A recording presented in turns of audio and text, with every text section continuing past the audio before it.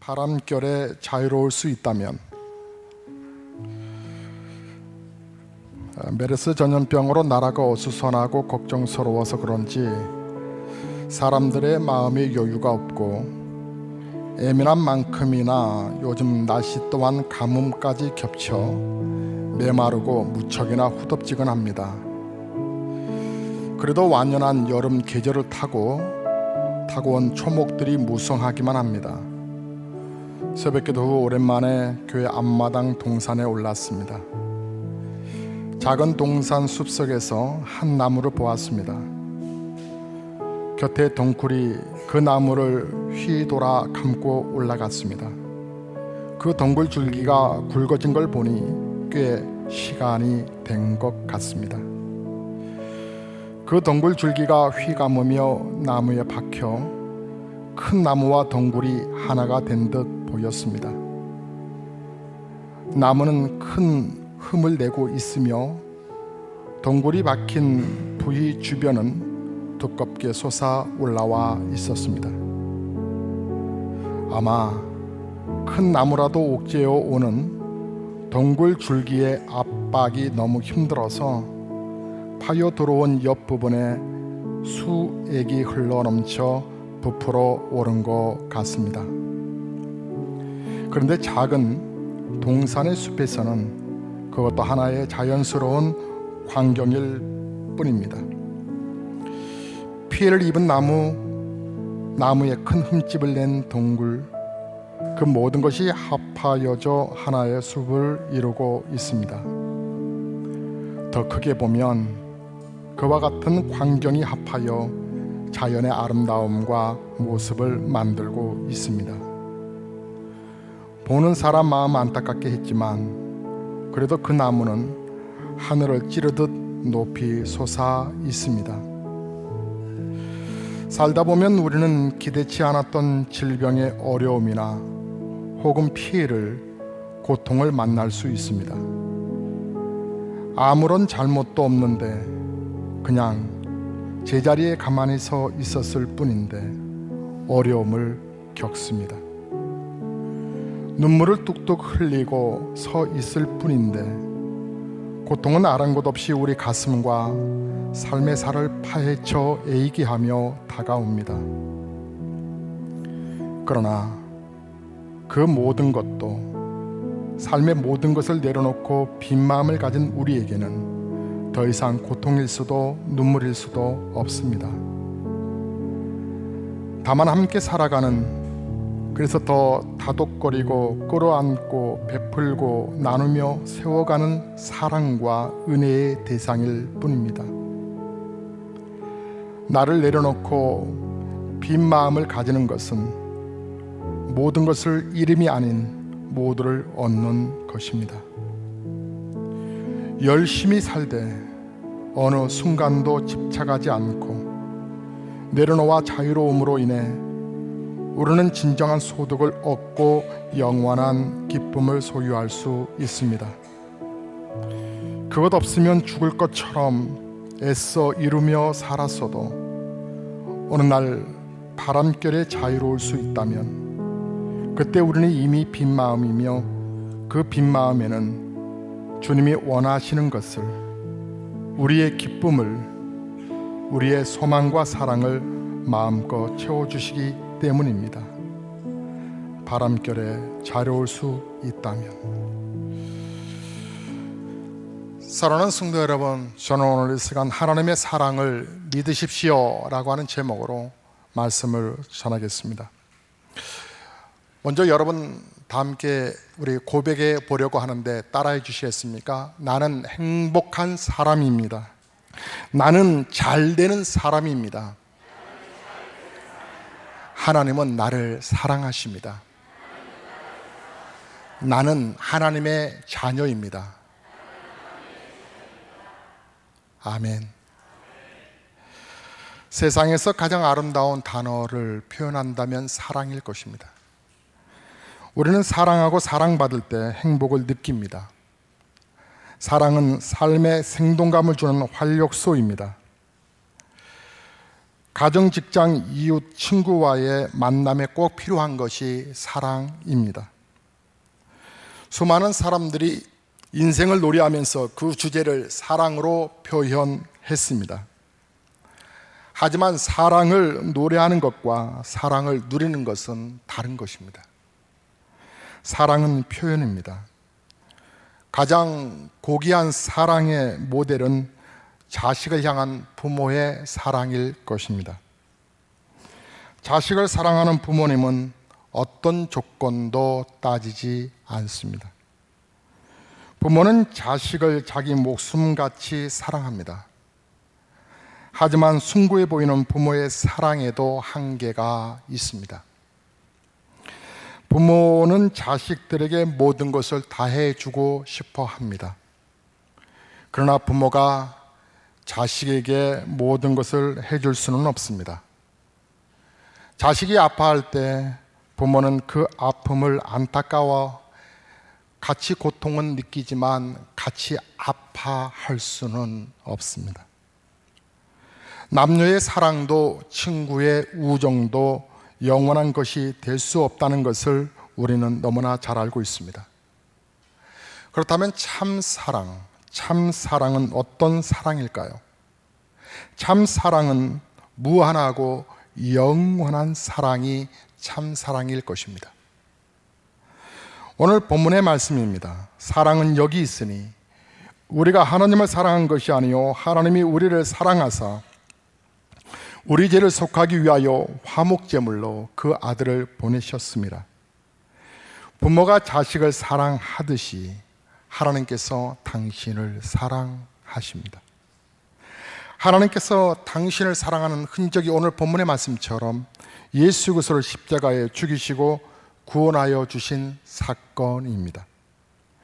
누구든지 하나님의 사랑에 긍정적으로 반응하는 사람에게는 하나님께서 영원한 생명을 주십니다. 요즘 여러분 가짜가 진짜를 현혹시키는, 그래서 가짜가 진짜로 여겨지는 세상입니다. 그래서 진짜가 가짜에 묻혀서 진가를 발휘하지 못할 때 참으로 안타까운 사회 현실 속에 슬퍼들 합니다. 그런데 여러분, 신앙적인 부분에도 가짜와 진짜가 있다는 걸 아십니까? 거짓이 진실처럼 행세하며 사실을 왜곡하고 믿음을 실추시키는 경우 말입니다. 어떤 종교는 사람의 손으로 만든 형상을 섬기게 함으로 인간에게 복을 줄 수 있다라고 속이고 있습니다.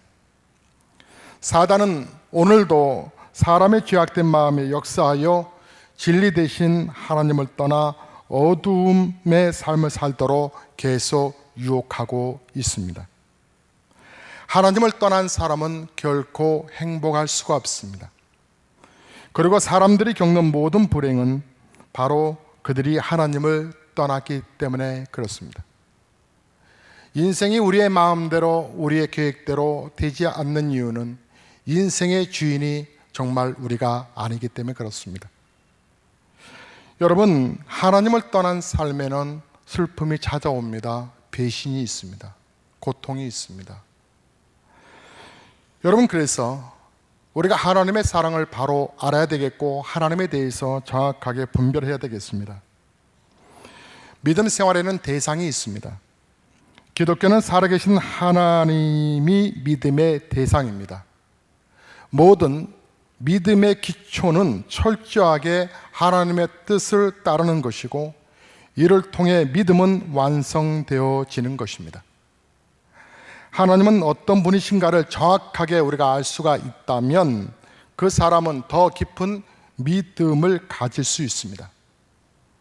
아무리 많이 배우고 똑똑한 사람이라도 하나님을 모르면 실패한 인생이 됩니다. 인생에 있어서 가장 중요한 것은 하나님을 만나는 것입니다. 하나님을 아는 것입니다. 그리고 내가 만난 하나님이 어떤 분이신가를 정확하게 알아야 온전한 신앙생활을 할 수가 있습니다. 여러분, 먼저 하나님이 우리의 아버지라는 사실을 아시나요? 하나님은 우주 만물을 창조하셨습니다. 하나님의 능력과 지혜로 창조된 우주에는 신비와 비밀과 아름다움이 있습니다. 우주 만물은 하나님의 계획에 따라 디자인되었습니다. 목적을 따라 만들어졌다는 얘기지요. 하나님은 목적을 정말 가지고 이 우주와 세상을 창조하셨습니다. 사람에게 주어진 목적도 있습니다. 만드신 이후의 목적은 바로 하나님의 영광을 드러내기 위함이라고 그랬습니다. 하나님을 아버지라 부를 때 하나님을 하나님으로 고백하는 그 고백 속에서 다른 사람이 하나님의 이름을 듣게 되므로 하나님의 자녀라고 하는 확증이 하나님의 영광을 돌린다는 얘기입니다. 그래서 사람은 하나님을 아버지라 부를 때 하나님과의 관계가 살아나게 됩니다. 하나님은 정말 사람을 귀하게 소중하게 여기셨습니다. 그래서 창조하셨지요. 사람은 하나님의 자녀입니다. 부모의 자녀가 되면 부모의 집에 살게 되듯이 하나님의 자녀가 되면 하나님이 만드신 천국에 들어가 살 수 있게 됩니다. 사람이 모든 피조물보다 위대한 것은 하나님의 형상을 따라 지음받았기 때문입니다. 우리가 하나님을 아버지라 부를 때 모든 불행은 치료되고 행복의 삶이 시작됩니다. 로마서 8장 15절에 너희는 다시 무소하는 종의 영을 받지 말고 무서운 종의 영, 흑암의 영, 우리를 불안케 만드는 영, 재앙의 영, 사고와 사건으로 우리를 엄습하는 영, 죽음을 두려워하게 하는 영, 영원한 지옥이 없다라고 위장하여 계속적으로 세상 속에 살다가 결국 지옥으로 끌고 갈 그 무서운 영, 그 종의 영을 받지 아니하고 양자의 영을 받았으므로 우리가 하나님을 향하여 아빠, 아버지라 부를 수 있게 되었다라고 말씀합니다. 지금 하나님을 아버지라 부를 수 있다면 당신은 참 진리를 의지하게 된 것입니다. 하나님은 절대로 당신을 모른다 말하지 않을 것입니다. 언제라도 힘들고 어려울 때 그 하나님의 이름을 부르십시오. 하나님은 찾고 구하는 자에게 언제나 힘을 더하여 주십니다. 그래서 그 하나님을 향하여 우리는 사랑이라고 말하지요. 여러분의 삶은 사랑의 초점에 맞춰져 있음을 아셔야 합니다. 호흡이 있는 모든 곳에 사랑은 가장 위대한 언어로 존재합니다. 사랑의 주체는 하나님이십니다. 하나님은 당신을 너무나도 지극히 소중히 여기시고 사랑하십니다.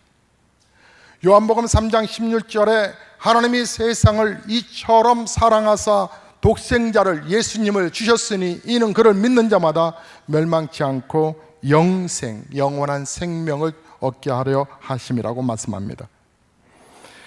하나님이 사람에게 주신 최고의 가치는 사랑입니다. 독생자 예수님을 십자가에 내어 주시면서까지 우리를 사랑하신 것이 바로 하나님의 사랑입니다. 진정한 사랑은 배움으로 되는 것이 아니라 마음의 문을 열고 신뢰하고 감사할 때 이루어질 수 있는 것입니다. 아무리 힘들고 어려운 삶이라도 사랑하는 사람이 있다고 믿어진다면, 또 사랑하는 사람을 만난다면 힘을 얻게 됩니다. 하나님은 사랑이십니다. 하나님을 날마다 만남으로 여러분이 고백하는 그 하나님 아버지의 그 사랑, 그 힘으로 인하여 우리가 두려워할 삶을 살아갈 필요가 없음을 알게 될 것입니다.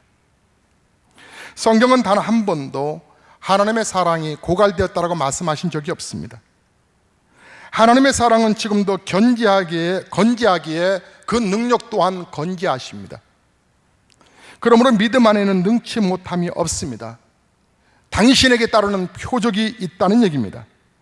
그것은 믿는 자에게 따르는 표적인데, 믿음이 당신 안에, 당신의 믿음에 대해, 당신 안에서 진리에 대해 자유를 선포할 때 믿음은 언제나 그 하나님을 나의 하나님으로 보여주며 다가오십니다. 하나님이 자신의 성품을 인간에게 나타내셨으니 곧 인간을 향해 영육간에 베푸시는 사랑입니다. 하나님은 자신의 사랑의 역사를 인간의 귀로 듣게 하시고 눈으로 보게 하시고 체험하게 하셨으니 천지간에 아무도 하나님의 사랑을 부인할 자가 없습니다. 하나님은 예수 그리스도를 통하여 모든 질병과 고통의 문제를 해결해 주심으로 당신의 사랑을 보여주셨습니다. 우리 성도님 가운데서 지난주 말씀드렸던 우리 김소희 집사님의 남편께서 44살인데 뇌출혈로 쓰러져 중환자실에서 사경을 헤맬 때 이제 자가호흡도 어렵다고 판단되어 의식도 없는 상황 속에서 목에 구멍을 뚫고 이제 항생제를 폐렴까지 진전됐으니 항생제를 투여해보고 그래도 안 되면 어렵다라고 하는 통보를 받았다라고 하는 문자를 집사님이 목사에게 보냈습니다.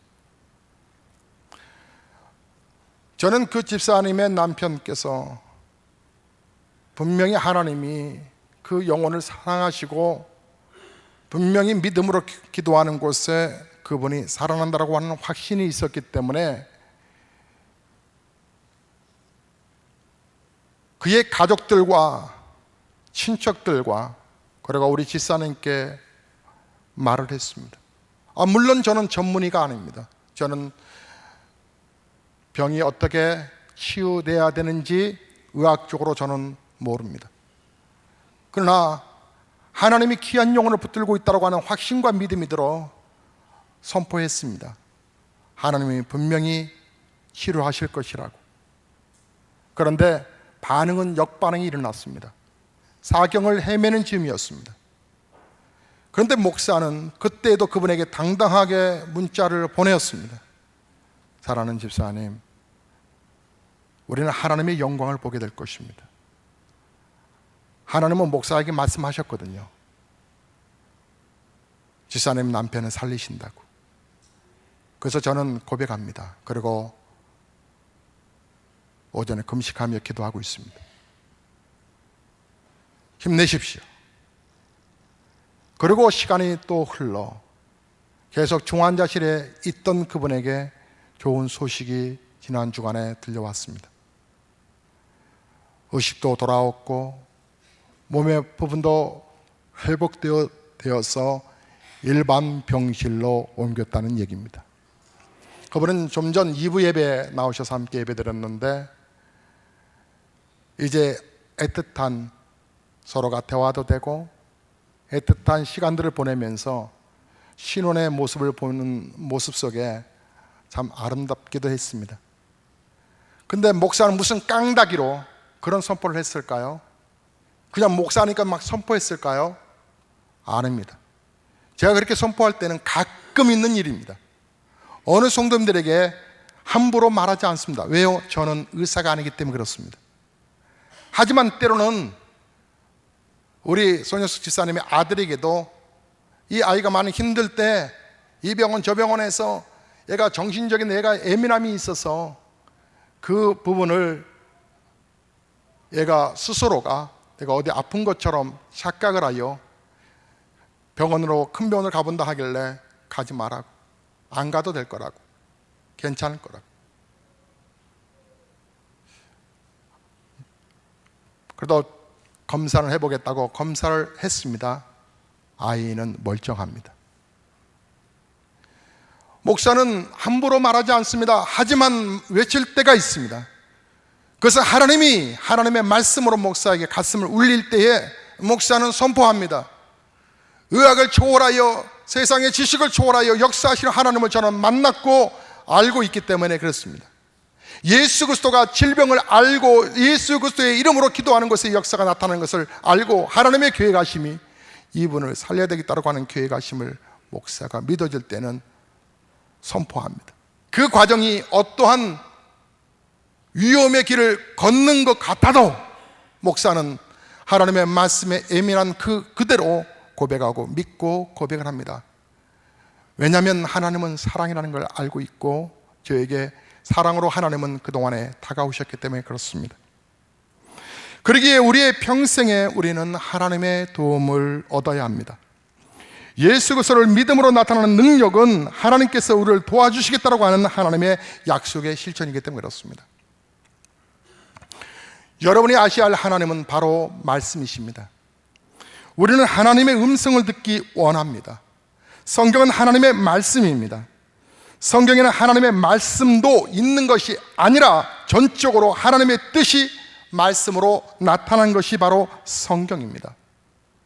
성경은 하나님을 가장 잘 보여주는 것입니다. 성경을 신뢰하고 믿는 믿음이 바로 하나님을 믿는 믿음이 됩니다.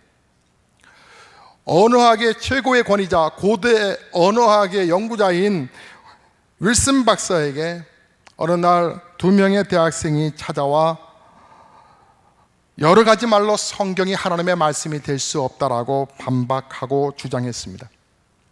그때 학생들의 얘기를 쭉 조용히 듣고 있던 윌슨 박사가 묻기를, 그래, 그럼 자네들은 성경을 몇 번이나 읽어보고 그렇게 말하는가?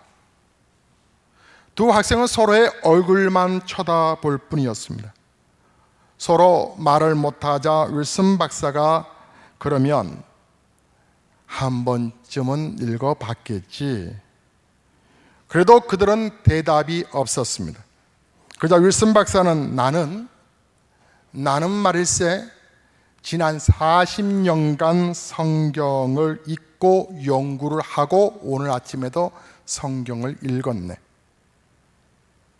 그리고 성경이 하나님의 말씀이라 하는 것을 나는 조금도 의심하지 않네. 우선 자네들이 성경을 2-3번이라도 읽어보고 오게나. 학생들은 더 이상 아무 말도 못하고 조용히 그 자리를 떠났습니다. 디모데후서 3장 16, 17절에 모든 성경은 하나님의 감동으로 된 것으로 교훈과 책망과 바르게 함과 의로 교육하기에 유익하니 이는 하나님의 사람으로 온전하게 하며 모든 선한 일을 행할 능력을 갖추게 하려 함이라고 말씀합니다. 우리는 하나님의 말씀을 절대적으로 의지해야 합니다. 신앙생활은 말씀 생활입니다. 말씀의 인도를 받는 것이 하나님의 인도를 받는 것입니다. 하나님께서 이끄시는 대로 살면 가장 안전하고 풍성한 길을 가게 됩니다. 그래서 예배가 소중한 겁니다. 나라가 어수선할 때에 궁중집회 있는 자리를 가지 마십시오 라고 하는 말을 우리는 귀담아 들어야 될 줄 압니다. 하지만 예배 자리까지 여러분이 모임을 거절하시면 아니 됩니다. 지난주 말씀드렸습니다. 전염병이 돌고 세상에 기근과 어려움이 있으면 너희는 내게로 오라, 와서 기도하자, 그리하면 내가 너희를 구원하라고 하는 말씀하셨습니다. 전염병은 옮기는 병입니다.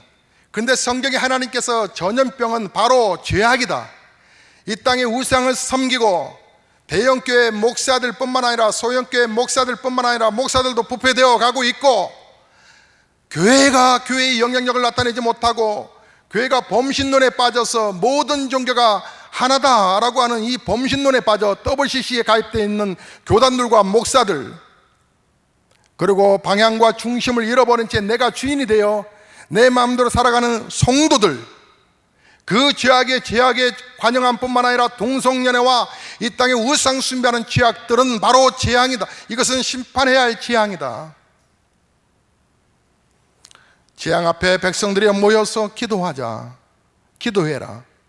분명히 전염병인데 가까이 오면 같이 전염되는 것인데 기도할 것을 말씀하고 있습니다.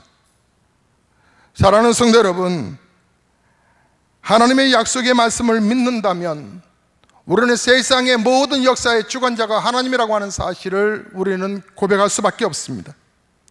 궁극적으로 하나님에 관해서 우리가 하나님의 말씀으로 사랑으로 다가오시는 그 하나님이 바로 여러분, 우리에게 복을 주시는 분이라는 사실을 아십니까? 하나님께서 사람을 창조하신 목적은 사람에게 영생의 복을 주기 위함이라고, 하나님께서 당신을 믿음의 세계로 부르신 것은 복을 주기 위함이라고, 누구든지 하나님의 복을 받으면 그는 행복을 누릴 수가 있다라고요. 창세기 1장 28절에 말씀하시기를 하나님이 그들에게 복을 주시며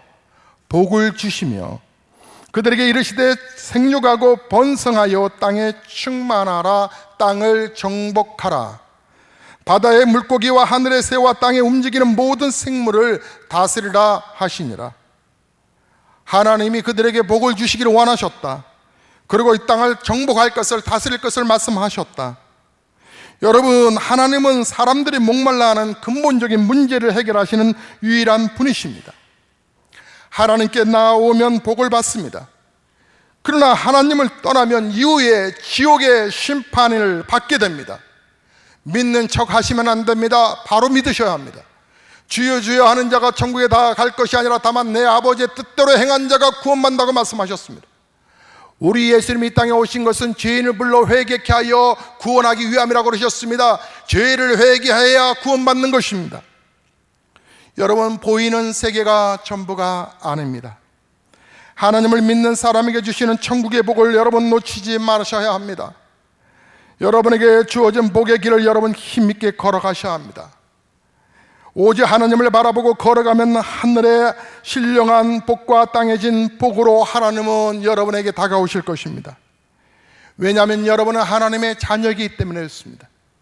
자녀는 부모가 책임을 집니다. 부모는 자녀의 많은 관심과 집중이 되어 있습니다. 그래서 열심히 일하는 것도 자녀를 잘 양육하기 위함이라고 말을 합니다. 여기 서 있는 목사 또한 예외는 아닙니다. 아이들에게 저는 미안한 것이 참으로 많이 있습니다. 아이들이 다 성인이 되어서 얼마나 힘이 되어주는지 고맙기도 합니다.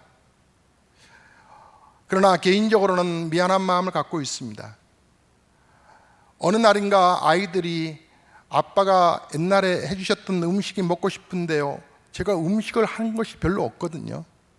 유일하게 하나 했다면 김치볶음밥인데, 그 김치볶음밥 무슨 요리 하니까 김치볶음밥이랍니다. 근데 귀찮아서 다른 거 시켜 먹어 라든지, 다른 말로 엄마가 해주는 음식이 더 맛있지 하고 피해갔습니다. 어제는 이른 아침부터 주일 사역 준비를 서두른지라 오후쯤에 다 마무리할 수 있었습니다. 생각해 보니까 아침도 거르고 나왔습니다. 점심도 그냥 지나갔고요. 오후 5시쯤이 되어서 시장기가 그제서야, 물론 점심부터 배는 고팠지만 먹기가 싫어서 음식을 거절했었는데, 그러다가 이제 모든 부분을 다 정리하고 준비하고, 또 목회자들에게 오늘 주일 준비, 성도님들, 믿음 약한 성도님들 괜찮다라고, 교회 방역 잘하고 손 잘 씻고 서로 목례하고 인사하면 괜찮으니까 예배 잘 인도하시게끔 하시라고 하고 권면하고 사택으로 들어왔습니다. 깨끗하게 샤워하고 나서 잠시 피곤한 육신을 쉬기 위해서 침대에 누웠습니다. 배는 계속 고파왔습니다. 그런데 아이들이 한 얘기가 생각났습니다. 김치볶음밥, 김치볶음밥. 그래서 저도 먹을 겸 제가 요리하기로 벌떡 일어나 주방으로 갔습니다. 그리고 냉장고 문을 열었습니다. 그런데 아무리 찾아봐도 김치가 없었습니다. 아무리 찾아봐도.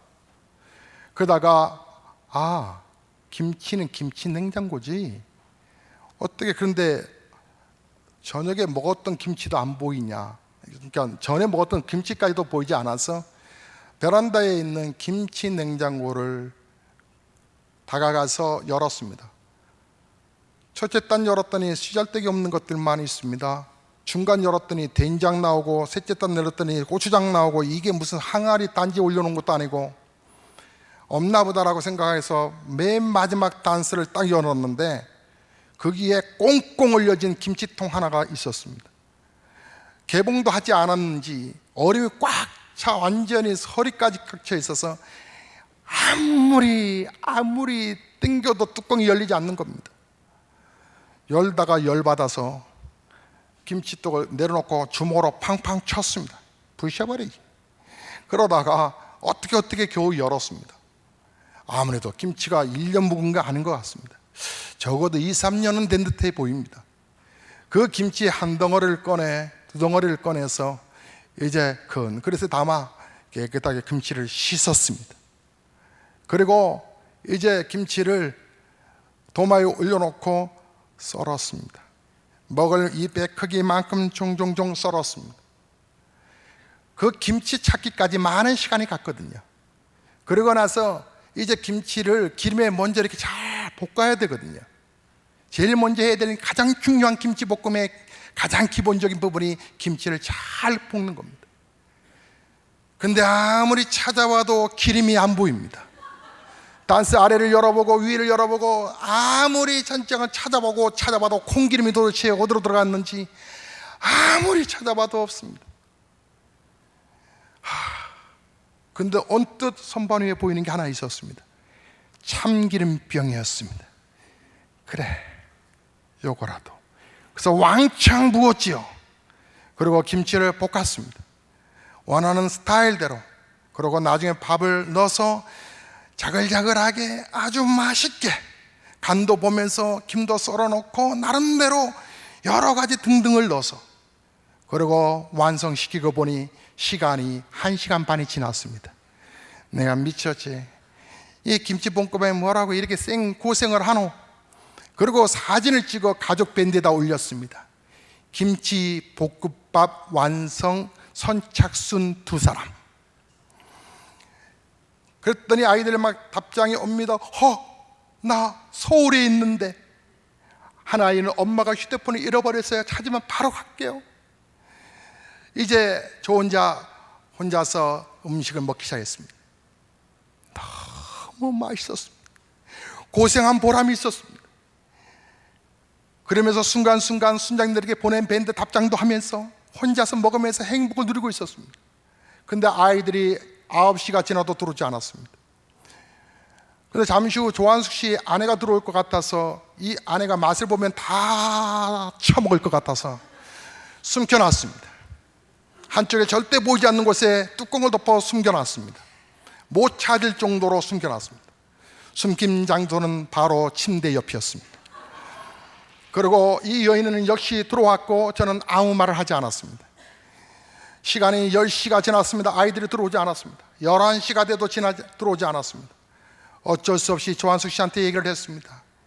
볶음밥이 여기 있으니 잘 놓고 절대 먹지 말도록 하고 저는 잠이 들었습니다.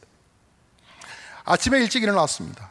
새벽에 천둥소리와 함께 일찍 일어나서 주일 일부 예배를 준비하고 기도하며 예배당을 나오려 하는데 큰애도 일찍 일어나서 식사를 하고 있는데 보니까 어제 그 김치볶음밥을 서로가 나눠 먹었는지 남겨둔 부분을 맛있게 이제 데펴서 먹고 있는 중이었습니다. 그걸 나오면서 아이에게 물었습니다. 큰애에게 맛있니? 하니까 아이가 씩 웃으면서 너무 맛있다는 표정을 줬습니다. 제 생각으로 그래, 어제 고생한 것이 그대로 살아있네. 아이들이 행복해하며 묻는 모습 속에서 저 또한 행복했습니다. 사랑하는 성도 여러분, 여러분 구원받아서 하나님 나라 가면 김치볶음밥이 문제겠습니까?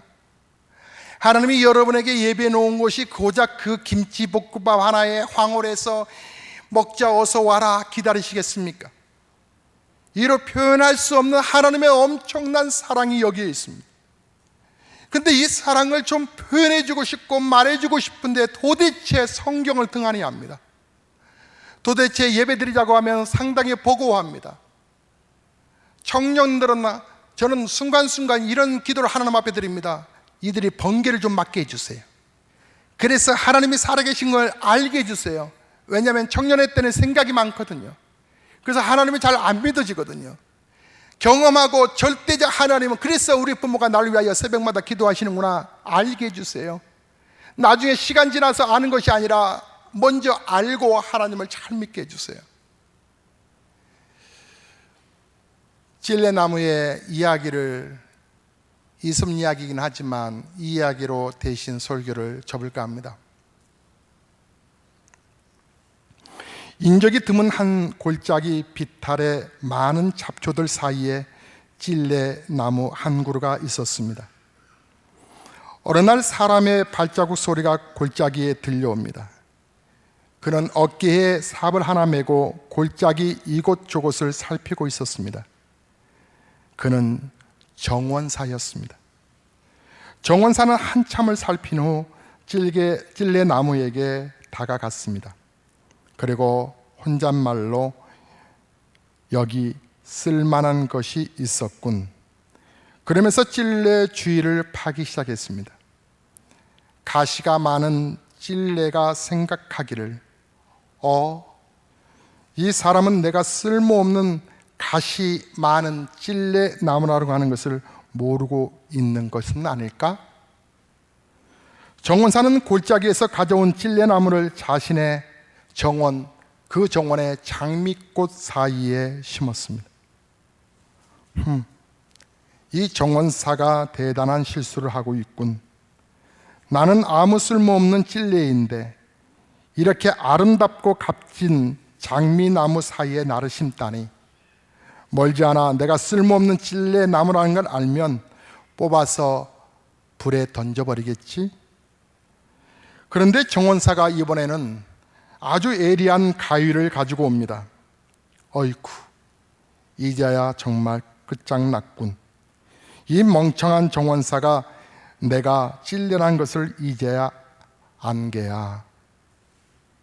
아니나 다를까, 정원사는 그 가시나무를 뿌리만 남겨두고 이리저리 베어버렸습니다. 뭘 하고 있는 거지? 정원사는 베어진 찔레나무 줄기에 다시 장미나무의 싹을 접붙여 놓았습니다. 테이프로 칭칭 감았습니다. 나 같은 쓸모없는 찔레가 장미 싹과 이렇게 접종을 하다니. 불 속에 들어갈 수밖에 없는 내가 이러면 장미나무가 되는 것일까? 도저히 생각할 수 없는 일인데. 저 정원사 고마운 분이네. 여름이 되었습니다. 아름다운 장미꽃이 그 나무에도 피었습니다.